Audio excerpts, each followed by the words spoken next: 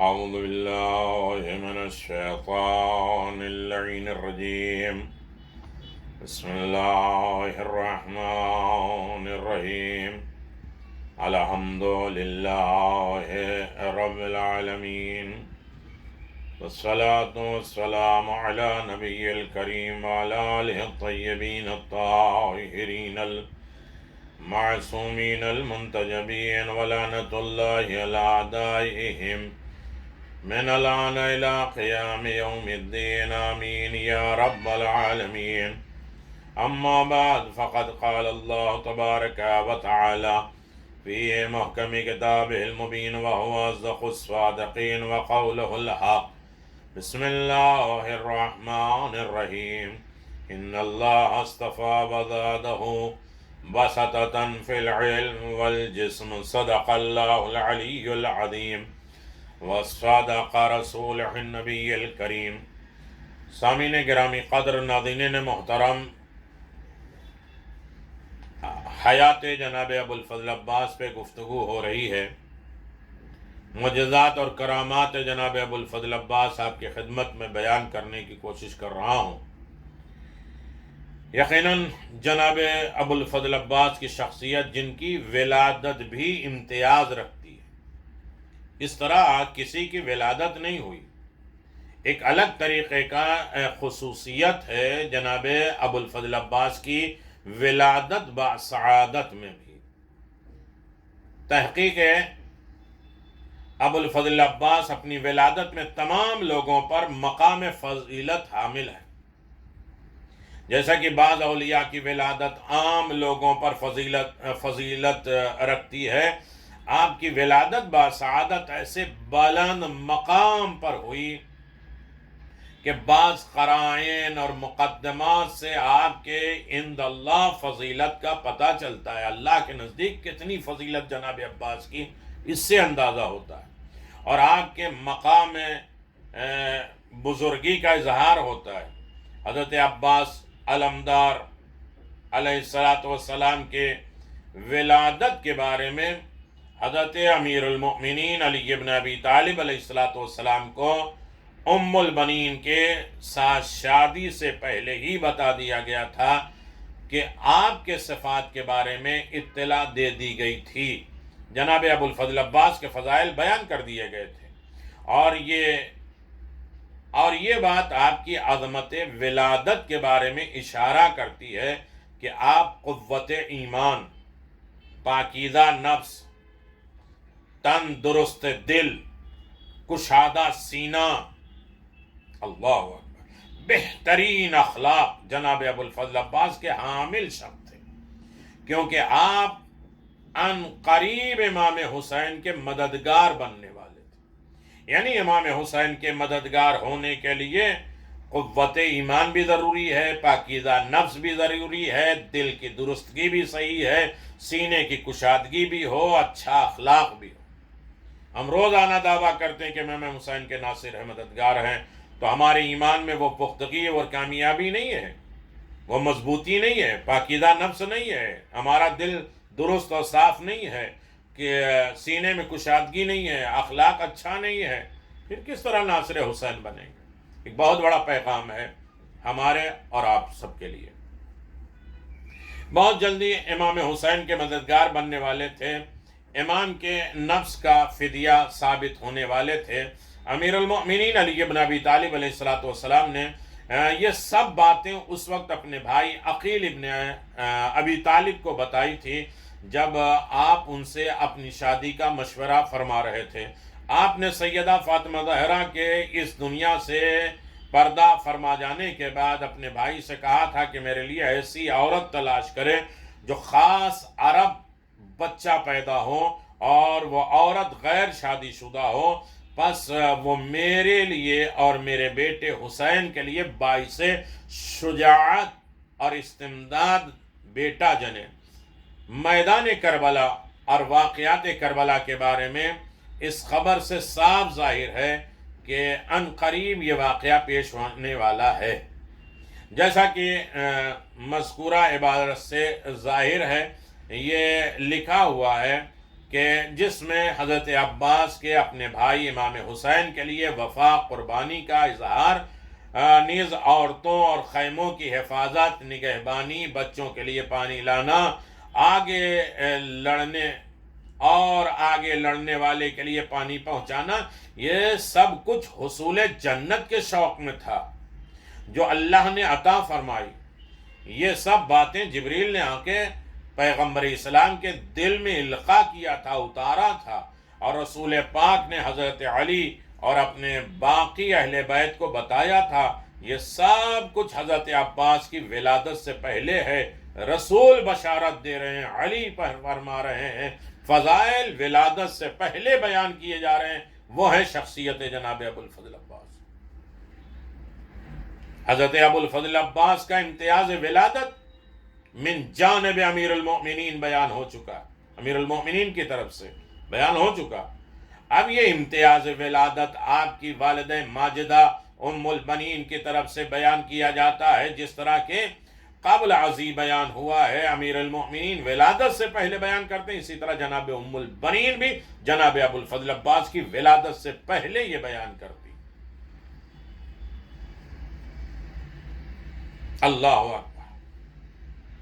ولادت سے پہلے آپ کے نانا حضرت حزام نے ایک خواب دیکھا تھا جس میں ولادت ام البنین کے خوشخبری دی گئی تھی، اور اسے پہچان لیا گیا، اور جب وہ بلوغت عمر تک پہنچی، مرحلے ازدواجی شادی کے لائق پہنچی، تو ایک خواب میں دیکھا کہ عظیم شوہر کی خوشخبری دی جا رہی ہے، اور یہ سب نشانیاں شادی سے پہلے پیش کی گئی تھی، حتیٰ کہ پیغام نکاح سے پہلے عقیل سے ام البنین کے باپ حزام نے نیز امیر المؤمنین نے یہ سب باتیں کہہ دی تھی۔ جناب ام البنین نے بھی یہ سنا تھا اپنے باپ سے، پیغام آنے سے پہلے امیر المؤمنین نے بھی پہلے بیان کر دیا تھا، اور یہ سب حضرت ابو الفضل عباس کے کمال کوالٹی کے زمرے میں آتا ہے۔ آپ کا وسیع و بلند مرتبہ، قدر و منزلت جو اللہ کے نزدیک ہے وہ بیان کر دی گئی، جو ہر زاویے، ہر طریقے سے، ہر حوالے سے ایسی تھی جیسے اولیاء مقربین کے درجات ہوتے ہیں، نیز شہدائے سعداء اور اللہ کے نزدیک اللہ کے نیک بندوں کے درجات ہوا کرتے ہیں۔ ولادت جناب ابو الفضل عباس کی خبری تحقیق، اس بات سے میں آپ کی خدمت میں گزارش کروں کہ جناب قنبر سے روایت ہے، مولا کائنات کے غلام، کہ ایک دن امیر المؤمنین علی بن ابی طالب علیہ السلام مدینے کی مسجد نبوی میں ہمارے درمیان بیٹھے ہوئے تھے، اور ہمیں واعظ اور نصیحت فرما رہے تھے، نیز نار جہنم سے ڈرا رہے تھے، اور جنت کی طرف رغبت اور شوق دلا رہے تھے۔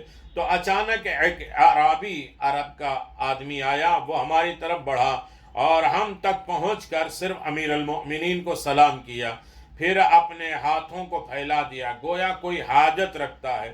امیر المؤمنین نے اس سے کہا، اے عربی بھائی، تم ہمارے پاس جس حاجت کے لیے آئے ہو بیان کرو، ہم انشاءاللہ وہ پوری کر دیں گے۔ عربی نے کہا، اے امیر المؤمنین، آپ ہمارے بارے میں بہت بہتر جانتے ہیں۔ قنبر کہتے ہیں، اس وقت امیر المؤمنین میری طرف متوجہ ہوئے، فرمایا، اے قنبر، میرے گھر جاؤ اور سیدہ زینب بنت فاطمہ بنت رسول اللہ صلی اللہ علیہ وآلہ وسلم سے کہو کہ فلاں فلاں جگہ ایک ٹوکری پڑی ہوئی ہے، اٹھا لاؤ۔ قنبر کہتے ہیں، میں نے حکم کی تعمیل کی اور جلدی سے کھڑا ہوا اور امیر المؤمنین کے گھر کی طرف گیا۔ میں نے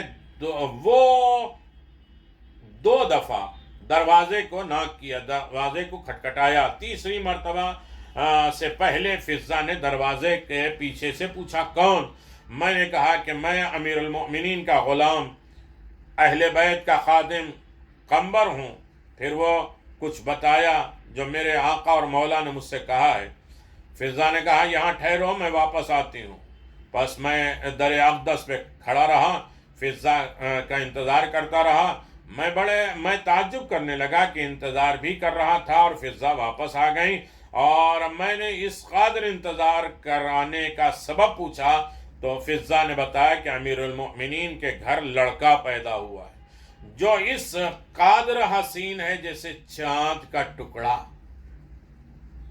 میری خوشی کی کوئی انتہا نہ رہی، چنانچہ میں نے دریافت کیا کہ حضرت کے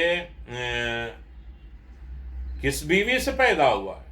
فضہ نے جواب دیا، فاطمہ ام البنین بنت الحزام الوحید یہ کلابیہ سے۔ پھر فرمایا کہ مجھے وصیت کی ہے کہ میرے اور تمہارے سردار سیدہ زینب بنت فاطمہ بنت رسول اللہ نے کہ جب تم ہم دونوں کے سید و سردار امیر المؤمنین کے پاس جاؤ تو انہیں اپنے بچے کی پیدائش کی خوشخبری سناؤ، نیز اس کی کنیت، نام، لقب کے بارے میں پوچھنا۔ پس میں خوشی خوشی وہاں سے نکلا، جلدی سے اپنے سید و سردار آقا کی خدمت میں حاضر ہوا۔ وہ ٹوکری پیش کی، پھر کچھ رکا اور بعد میں بچے کی ولادت کی خوشخبری سنائی، کیونکہ یہ خبر سنانے کے لیے فرصت کا وقت زیادہ مناسب تھا۔ جب امیر المؤمنین اس اعرابی کو وہ ٹوکری دے چکے اور اس کی طرف سے فارغ ہو چکے تو آپ نے میری طرف متوجہ ہو کے فرمایا، اے قمبر، میں تمہارے چہرے پہ خوشی کے آثار دیکھ رہا ہوں، کیا سبب ہے اس کا؟ میں نے فرصت کو غنیمت جانا اور عرض کیا، میرے سید و سردار آقا، میں آپ کے لیے خوشخبری لایا ہوں۔ امیر المؤمنین نے فرمایا، قمبر، اللہ تجھے جنت کی بشارت دے۔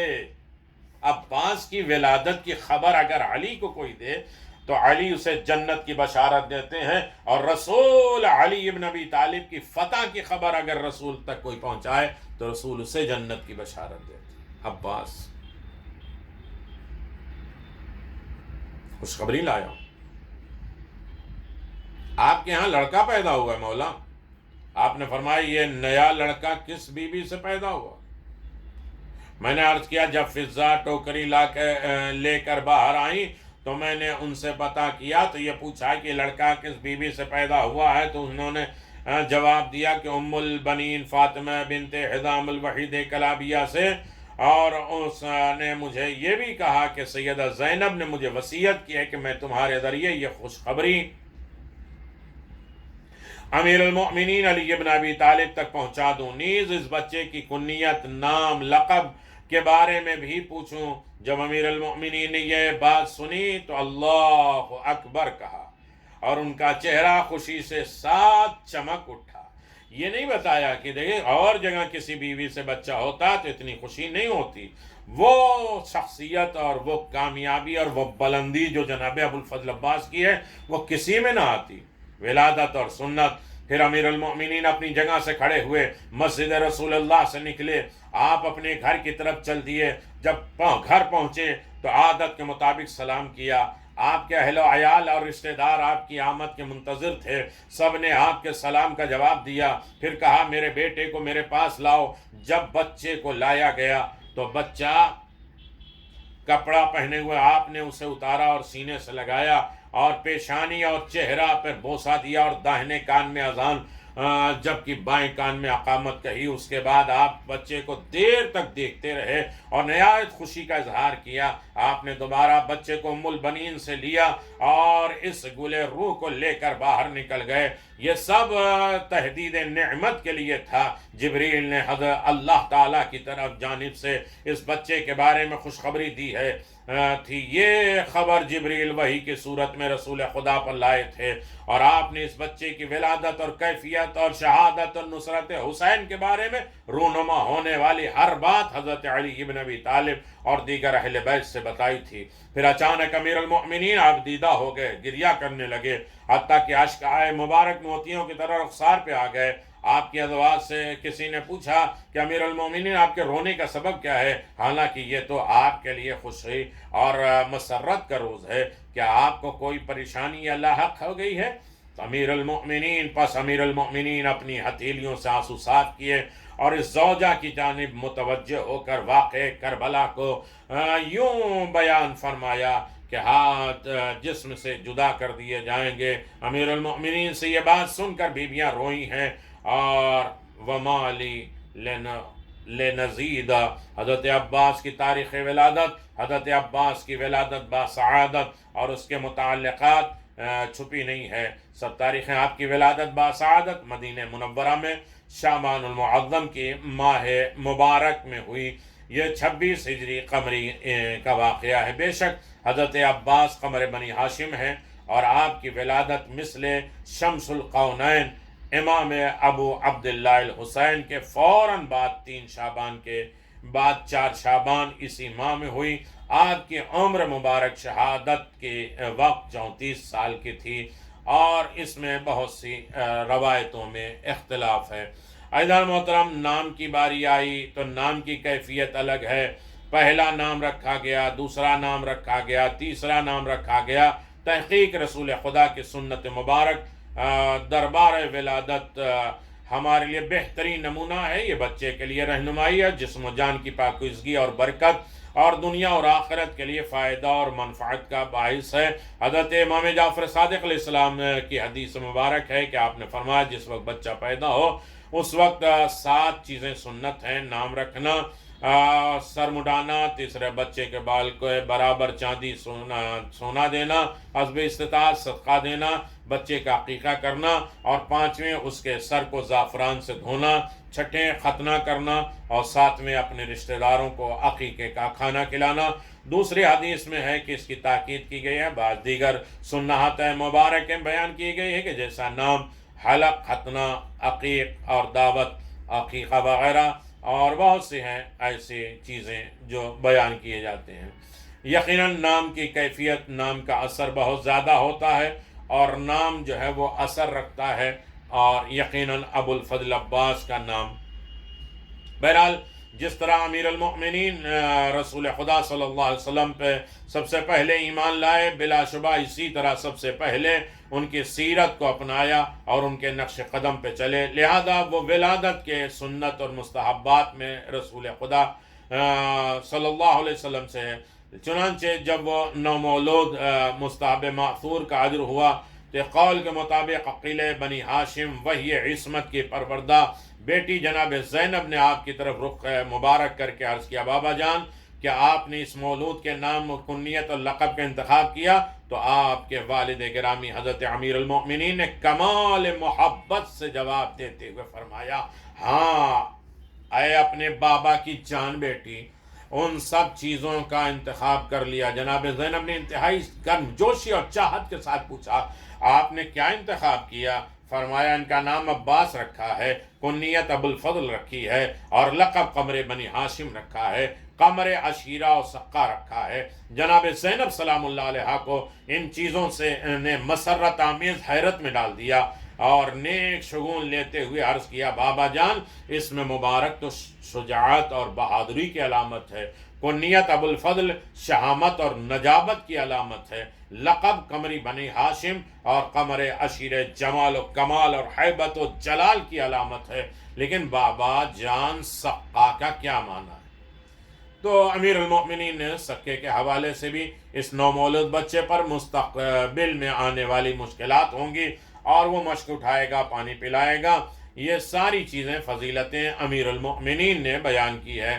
اور یقیناً نام کے اثرات جناب ابو الفضل عباس نے دنیا کے سامنے پیش کیا ہے، اور انشاءاللہ یہ گزارشات آپ حضرات کی خدمت میں جاری اور ساری رہیں گے۔ جناب ابو الفضل عباس، یقیناً ان کے معجزات، ان کے کرامات آپ کی خدمت میں بیان کیے جا رہے ہیں۔ حضرت عباس یا ابو الفضل عباس، اور آپ کے ذریعے مبارک پہ السلام علیک یا عباس قمر بنی ہاشم لکھا ہوا ہے۔ حیبت اور عظمت کے سبب کہتے ہیں کہ لوگوں کے دل زور زور دھڑکتے ہیں جب جناب عباس کی ذریعے دیکھتے ہیں، نام دیکھتے ہیں۔ کچھ لوگ کہتے ہیں مجھے محسوس ہو رہا تھا کہ میں اسکول کا کم سن معمولی طالب علم ہوں، اور اپنا ہوم ورک کیے بغیر کلاس ٹیچر کے سامنے آ گیا ہوں جب جناب عباس کا نام لو، روضے کا نام لو، ایک عجیب طریقے کی حیبت ہوتی ہے۔ لیکن اتنی زیادہ ہمدرد، مونس، مددگار ہیں جناب عباس، جہاں مجھ سے کوتاہی ہو گئی ہے اس کے بارے میں سوال کیا جائے گا، اس طرح سے اندر سے فیلنگ ڈر ہوتا ہے کہ ہم نے کوئی کام ادھورا چھوڑ دیا۔ سوچا شاید اسے ذہنی کیفیت کے اعصاب کا دباؤ ہے، ایک آدمی کہتا ہے، نام نہیں بیان کیا جا رہا ہے، لیکن جلد ہی محسوس ہوا کہ یہ عذر غلط ہے۔ عباس علمدار کی پوری زندگی چشم باطن کے سامنے سے گزرنے لگی ہے۔ جناب ابو الفضل عباس سب کچھ جانتے ہیں، ان کے سامنے کوئی چیز چھپی نہیں ہو۔ آپ تیسرے خلافت کے دور میں سن 26 ہجری میں پیدا ہوئے جناب ابو الفضل عباس، اپنے عظیم المرتبت والد سیدنا علی ابن ابی طالب کے سائے شفقت میں آپ کا بچپنا گزرا۔ جنگ صفین میں زخمیوں کو پانی پلاتے رہے، عاشورہ محرم کو مشکیزہ لے کے فرات پر گئے، اسے بھر کر واپس لائے۔ یزید سپاہیوں نے آپ کے دونوں ہاتھ قلم کر دیے تو مشکیزے کو دانتوں سے پکڑ لیا۔ شجاع ابن شجاع لشکر حسینی کے علمدار، کیا ہی جاہ و جلال ہے جو ان کے روضے مبارک سے ظاہر ہوتا ہے۔ بازار کربلا سے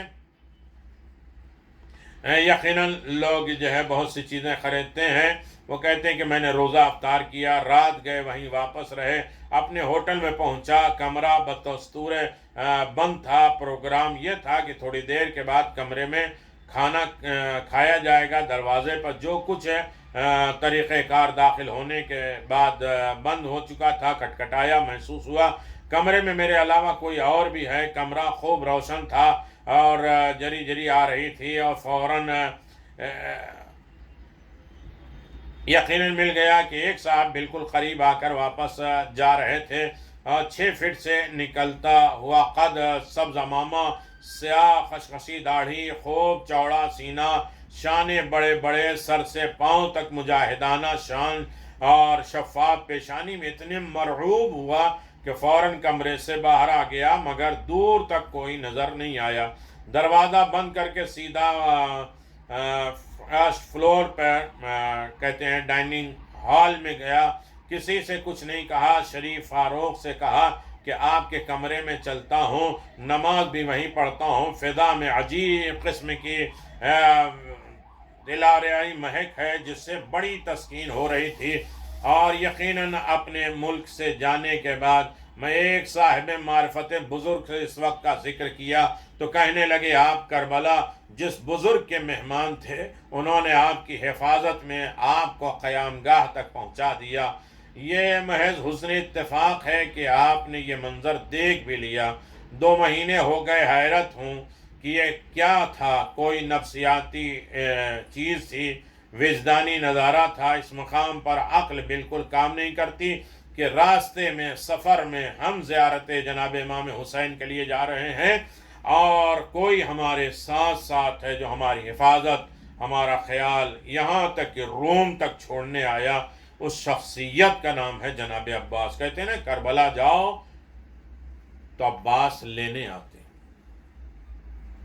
اسی طرح ذاکر حسین کی عظمت جناب ابو الفضل عباس کی نظر میں، کہا عباس نے فوج عدو سے، اب کہاں ہے وہ صفوں سے جو نکلتے تھے بہت جرار بن کر۔ یقیناً سرور المؤمنین لکھتے ہیں کہ ایک بھائی شیخ جعفر نے بیان کیا ہے کہ ایک مرتبہ وہ ایک سید کے ساتھ کربلا سے نجف اشرف کو جا رہے تھے۔ راستے میں ایک عالی شان عمارت پہ نظر پڑی اور جس کے ارد گرد نہایت گنجان درخت پوری اور سلیقے کے ساتھ لگے ہوئے تھے۔ دل میں سوچنے لگا، بارہا اس طرف سے گزر ہوا ہے اور کبھی اس قسم کے کوئی مکان اس راہ میں کبھی ہم نے نہیں دیکھا، یہ مکان کیا ہے؟ ہم اس تردد میں تھے، سوچ میں تھے، آپس میں باتیں کر رہے تھے کہ ایک بزرگ سامنے سے نمودار ہوئے اور فرمانے لگے یہ میرا مکان ہے، آئیے میری دعوت مہمانی کو قبول کریے۔ ہم دونوں ان کے ہمراہ ان کے گھر میں داخل ہو گئے۔ وہ مکان کیا تھا؟ جنت کا نمونہ تھا۔ اس مکان میں راحت و آرام کے تمام اسباب دکھائی دے رہے تھے، ایسی ایسی نعمتیں مہیا تھیں جن کو اس سے پہلے میں نے کبھی نہیں دیکھا۔ اور نہ کانوں نے سنا۔ اس مکان کے اندر ایسے ایسے باغات تھے، سبحان اللہ، اور باغوں کے درختوں پر طائرانہ خوش لحن اور مرغان شیریں بیان چہک رہے تھے، الگ الگ پرندے چڑیا تھے، نہریں جاری تھیں، سبزہ لہرا رہا تھا، درخت بار پھل دیے جا رہے تھے اور پھلوں کی خوشبو سے دماغ معطر ہو رہا تھا۔ اس عجیب اور غریب مکان میں سیر کرتا رہا اور ٹہلتا رہا کہ اس کے ایک پہلو سے ایک اور شاندار مکان نظر آیا۔ اسے دیکھ کر میں اور حیران ہو گیا۔ وہ اس خوبی سے بنا ہوا تھا اور بہت بہترین طریقے سے آراستہ تھا، اس کی توصیف سے میری زبان قاصر ہے۔ اس میں ایک بزرگوار جس کے چہرے سے عظمت اور جلالت اشکار تھی مجھے دکھائی دی۔ انہیں میں نے صدر مقام پر بیٹھنے کے لیے کہا۔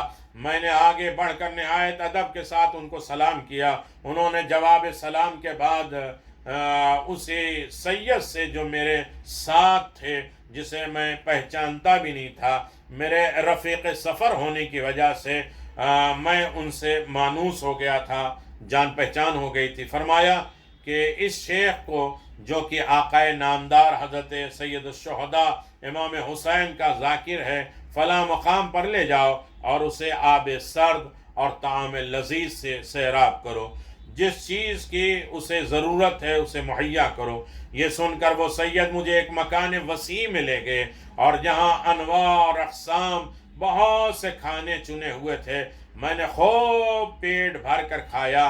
جب وہ سید مجھے رخصت کرنے کے لیے گھر سے باہر لائے تو میں نے ان سے کہا، تجھے قسم ہے اس عظیم الشان شخصیت کی جو اس مکان کا مالک ہے، مجھے بتاؤ یہ کون سا مقام ہے اور یہ مسند نشین جو صدر محفل میں اپنے گھر میں بیٹھے کون ہے؟ اس مقام کا نام وادی المقدس ہے اور اس جناب کا اس میں گرامی جناب ابو الفضل عباس ہے، اور یہ مکان انہی جناب کا ہے۔ یہیں سب شہداء کربلا جمع ہو کر حضرت امام حسین کی خدمت میں جاتے ہیں۔ یقیناً یہ مقام رتبہ جناب ابو الفضل عباس کو، وہ کہتے ہیں کہ میں نے عرض کیا ہے سید، میں نے بھی سنا ہے، کتابوں میں بھی پڑھا ہے کہ کربلا میں حضرت ابو الفضل عباس کے دونوں دست مبارک کٹ گئے، اور اس نے کہا بے شک۔ میں نے عرض کیا کہ مجھے رخصت آخر کے بہانے سے ان کی خدمت میں لے چلو اور میں حضرت کے دست بریدہ جسم کو بچشم خود دیکھ لوں، کہ ہاتھ کٹا ہوا میں اپنی آنکھوں سے دیکھ لوں۔ وہ سید مجھے دوبارہ ان کی خدمت میں لے گئے۔ میں نے جو ہی ان کے دست مبارک جسم کو دیکھا، میں بے اختیار ہونے لگا۔